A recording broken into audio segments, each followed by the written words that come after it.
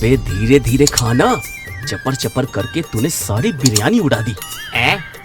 क्यों भाई, धीरे धीरे क्यों खाना है? अबे धीरे धीरे खाएगा तो कुछ देर और एसी में रहने को मिलेगा बेवकूफ। पर मैं तो अपनी प्लेट चट कर चुका हूँ।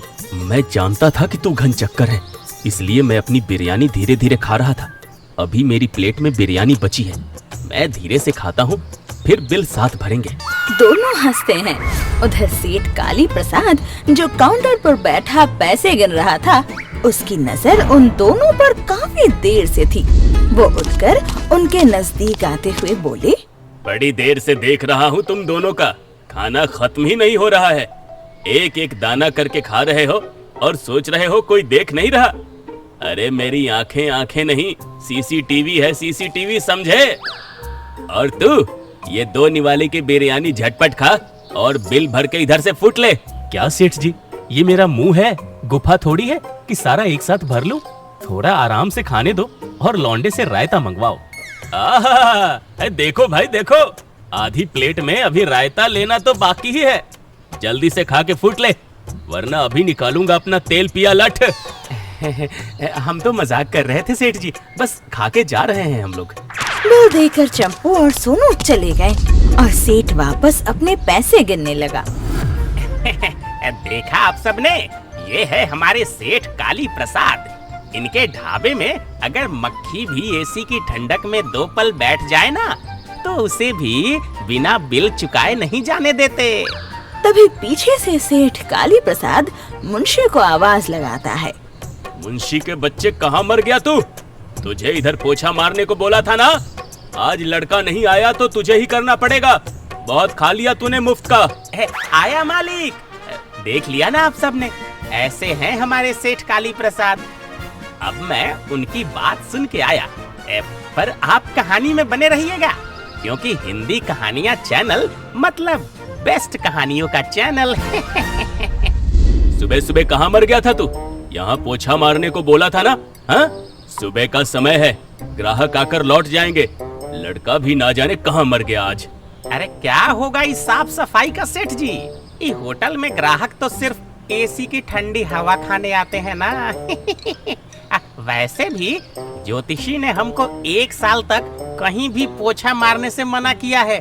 ग्रह दशा खराब है मेरी। अरे खूब समझता हूँ तेरे काम चोरी के बहाने। अब फट फट पोछा मार, वरना तेरी ग्रह दशा मैं अभी खराब कर दूंगा, समझा? हाँ समझ गया, पर अभी तक आपका माल भी नहीं आया। अब दोपहर के लिए बिरयानी कैसे बनेगी? वो मैंने बासी माल आधे दाम पर खरीद लिया है, ट्रक वाला अभी लेकर आता होगा। सामान उतरवा कर हिसाब कर लेना, तब तक मैं जरा मंगरू से अपने उधारी का हिसाब वसूल के आता हूँ। इतना बोलकर सेठ वहाँ से चला गया। श्यामलपुर गांव में सेठ काली प्रसाद ने एसी वाला ढाबा खोला था, जहाँ लोग खाना खाने कम और एसी की ठंडक लेने ज्यादा आते थे। खाना और स्वाद खराब होने के बावजूद सेठ का ढाबा ग्राहकों से भरा रहता था। मगर पिछले कुछ दिनों से गांव में लाइट की समस्या के चलते लोग कम होने लगे थे। श्यामलपुर गांव की सुबह बड़ी सुहानी थी। मजदूर काम पर जा रहे थे, छोटे छोटे बच्चे अपने स्कूल की ओर जा रहे थे और औरतें कुएं से पानी खींच रही थी। मगर सेठ काले प्रसाद के ढाबे में वही पुरानी बहसबाजी चल रही थी। काम का न काज का, 2.5 मन अनाज का। इतने दिनों से कह रहा हूँ ये पंखा ठीक कर दे। मालिक देखो ना, मैं कितना कमजोर हो गया हूँ। ऊपर चढ़ूंगा और मुझे करंट के झटके लग गए तो? मैं इंजीनियर थोड़ी हूँ, और वैसे भी यहाँ तो एसी लगा है, फिर पंखे की क्या जरूरत? निखट्टू है तू, ऊपर चढ़ और ये पंखा ठीक कर। अरे ये एसी 24 घंटे चलने के लिए थोड़े ही है। थोड़ा चलेगा थोड़ा बंद रहेगा, थोड़ा चलेगा थोड़ा बंद रहेगा। पर मैं गिर गया तो? फिर तो मैं थोड़ा जीऊंगा थोड़ा मरूंगा, थोड़ा जीऊंगा थोड़ा मरूंगा। अब है कि नहीं? फिर सेठ के डांटने पर मुंशी टेबल लगाकर पंखा ठीक करने चढ़ता है, पर पंखा छूते ही जोर का एक झटका लगता है और वो मुंह के बल जमीन पे धड़ाम से गिरता है। अरे रे रे रे रे मोरी मैया रे! अरे मेरी तो कमर टूट गई, कोई बचाओ रे! ओहो हो, तू किसी काम का नहीं, अब ऐसे ही पड़ा रह। कम से कम लोगों के पैर पोंछने के काम तो आएगा। पास ही टेबल पर बैठकर एक लड़का बिरयानी खा रहा था।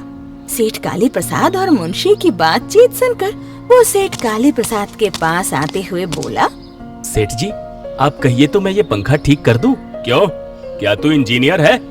ले आओ रे पेचकस, दे दो इन्हें। आज हमारे ढाबे पर बड़के इंजीनियर साहब आए हैं। सेठ जी, मैं बहुत बड़ा इंजीनियर तो नहीं हूँ, पर आपका पंखा ठीक कर सकता हूँ। कुशल ने बातों ही बातों में टेबल पर चढ़कर ढाबे का पंखा ठीक भी कर दिया और सेठ काली प्रसाद उससे बहुत खुश हुए।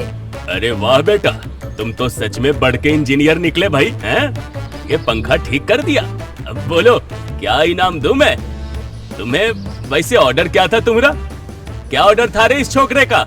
मालिक, 100 रुपए की 1 प्लेट बिरयानी।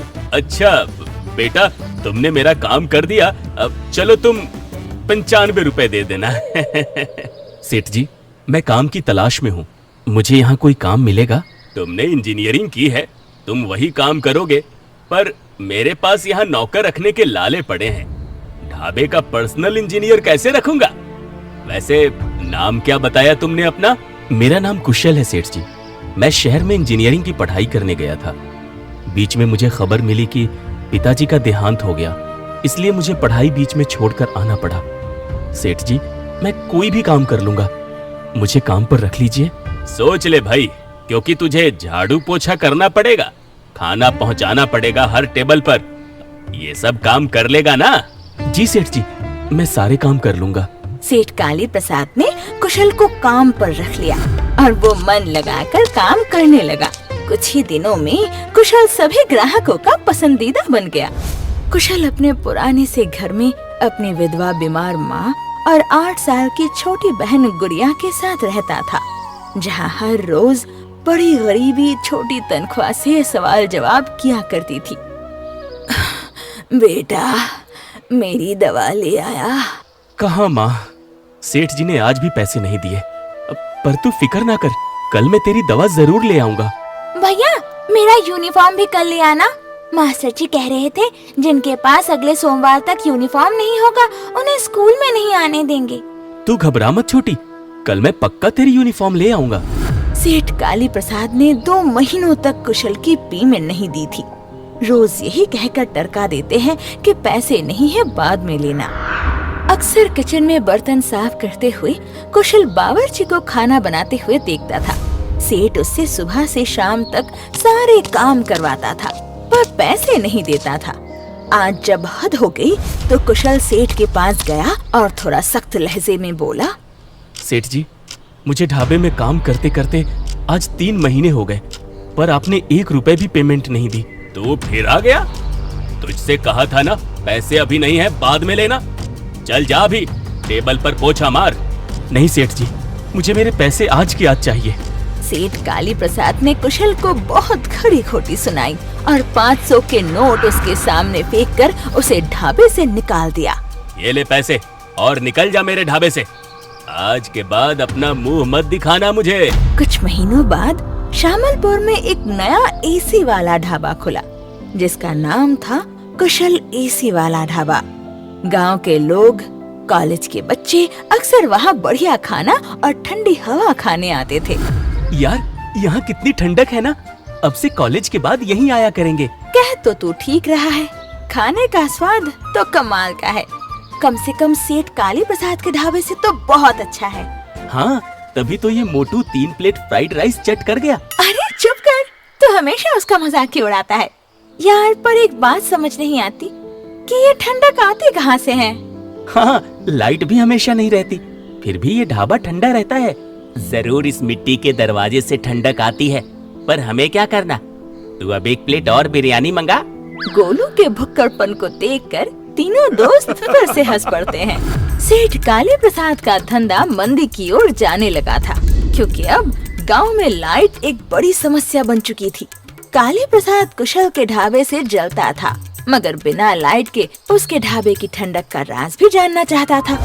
ऐसे ही एक रात सेठ ने अपनी मुंशी को बुलाकर कहा, रात का वक्त है, ढाबे में कोई नहीं होगा। जा पता लगा कि बिना लाइट 24 घंटे कुशल का ढाबा ठंडा कैसे रहता है। मैं नहीं जाऊंगा, कहीं किसी ने मुझे पकड़कर पीट दिया तो। अबे तू जाता है कि तुझे ढाबे से निकाल दूं? लालची कहीं का, खुद खा खा कर मोटा हो गया है और मुझे फंसाने के तरीके खोजता रहता है। क्या कहा तूने? अब जा रहा हूँ सेठ जी, थोड़ा सब्र तो करो। इतना बोलकर मुंशी बाहर निकल गया। आधी रात के वक्त मुंशी ढाबे की दीवार पर चढ़कर ढाबे के अंदर झांक रहा था। तभी उसका पैर फिसला और गिरने से उसकी टांग टूट गई। हाय राम, मैं तो मर गया रे। वो रात भर कुशल के ढाबे के पीछे खेत में ही कढ़ाते हुए पड़ा रहा। अगली सुबह वो लंगड़ाते हुए सेठ काली प्रसाद के ढाबे पर वापस लौटा। अरे मर गया सेठ जी, पैर टूट गया मेरा। अरे वो तो ठीक है, पर तुझे कुछ पता लगाने भेजा था ना, वो पता चला? मैं उसके ढाबे की दीवार पर चढ़ा था, मेरा पैर फिसला और मैं धड़ाम से गिरा। पता तो कुछ नहीं चला, टांग टूट गई सो अलग। सेठ कोशिश कर करके थक गया, पर पता नहीं लगा सका कि आखिर कुशल का ढाबा 24 घंटा ठंडा कैसे रहता है। जानना तो सब चाहते हैं, पर कोई इसका राज नहीं जान पा रहा था। सुहानी और उसके दोस्त अब ढाबे के रेगुलर कस्टमर बन चुके थे। सुहानी के मन में रोज यही सवाल उठता था, आखिर ये ठंडक आती कहाँ से है और ये बरकरार भी कैसे रहती है। एक दिन उसने कुशल के पास जाकर पूछ ही लिया, कुशल भैया, आज मैं 1 हफ्ते से आ रही हूँ। गांव में तो ज्यादातर समय लाइट नहीं रहती, पर आपका ढाबा हमेशा ठंडा कैसे रहता है? और ठंडक भी उस मिट्टी के दीवार के पीछे से आती है ना? हाँ, ये ठंडक वहीं से आती है। भैया, अगर आपको परेशानी ना हो तो मैं जानना चाहूंगी कि ये आपने कैसे किया और ये आइडिया भी कैसे आया? शुरू से बताता हूँ। मेरे पिताजी ने आज से 10 साल पहले टेराकोट एयर कंडीशन यानी मड एसी का डिजाइन तैयार किया था, पर इस पर काम करते हुए उनका देहांत हो गया। फिर उनके इस अधूरे डिजाइन को मैंने पूरा किया। इस दीवार के पीछे वही डिजाइन है। टेराकोटा एयर कंडीशनिंग, ये क्या है? ये एक ऐसा एयर कंडीशन है जो बिना लाइट और बिना एसी के कमरा 24 घंटे ठंडा रखता है। और कैसे बनाया आपने इसे? मैंने मिट्टी की बेलनाकार ट्यूब्स तैयार की, फिर मधुमक्खी के छत्ते जैसी संरचना के लिए इन सभी मिट्टी के कोन्स को एक साथ जोड़कर एक बड़ी दीवार का ढांचा तैयार किया। इस ढांचे के ऊपर छोटे सुराखदार पाइप के जरिए लगातार पानी गिराया ताकि मिट्टी के कोन्स पूरी तरह भीग जाए। जब बाहर की गर्म हवा इन भीगे हुए कोन्स के बीच से होकर गुजरती है तो पानी का वाष्पीकरण होता है। इस प्रक्रिया से हवा का तापमान काफी कम हो जाता है और दूसरी तरफ से बिल्कुल ठंडी और प्राकृतिक हवा कमरे में प्रवेश करती है। अरे वाह कुशल भैया, मानना पड़ेगा, आपका आइडिया तो कमाल का है। पर पर्यावरण को इससे कोई नुकसान तो नहीं होती? नहीं, ये पूरी तरह से पर्यावरण के अनुकूल डिजाइन किया गया है, जिसमें बिना किसी आधुनिक गैस या भारी बिजली की खपत के हवा को प्राकृतिक रूप से ठंडा किया जाता है। और मैंने छत को सफेद रंग से कलर किया है और साथ ही इस कमरे में कई वेंटिलेशन विंडोज हैं। वाह भैया वाह, आपने क्या डिजाइन तैयार किया है। आपने जैसा बताया, मैं भी इस बार कॉलेज के प्रोजेक्ट कॉम्पिटिशन में मड एसी का डिजाइन प्रेजेंट करूंगी। जरूर, और इसके लिए तुम्हें कोई मदद चाहिए तो बताना। सुहानी अपने सवालों का जवाब पाकर अपने घर लौट गई। कुछ महीनों बाद सेठ काली प्रसाद कुशल के ढाबे में अपनी गलतियों के लिए माफी मांगने आया। कुशल, मुझे माफ कर दो, मैंने तुम्हारे साथ गलत व्यवहार किया। कोई बात नहीं सेठ जी, मैं वो बातें कब का भूल चुका हूँ। और फिर वो आपका दौर था, ये मेरा दौर है। किए कर्मों की सजा सबको मिलती है कुशल बेटे। मेरा ढाबा भी बंद हो गया है। आप चाहें तो मेरे ढाबे के गल्ले पर बैठ सकते हैं। वैसे भी मैं सब कुछ अकेले नहीं संभाल पा रहा। कुशल की बातें सुनकर सेठ काली प्रसाद की आंखें भर गई। वो कुशल से माफी मांगते हुए रोता रहा और उसके आंसुओं से उसके सारे पाप धुलते रहे। श्यामलपुर गांव में अब दोबारा रौनक लौट आई थी। गांव का एसी वाला ढाबा अब दोनों मिलकर खुशी खुशी चलाने लगे।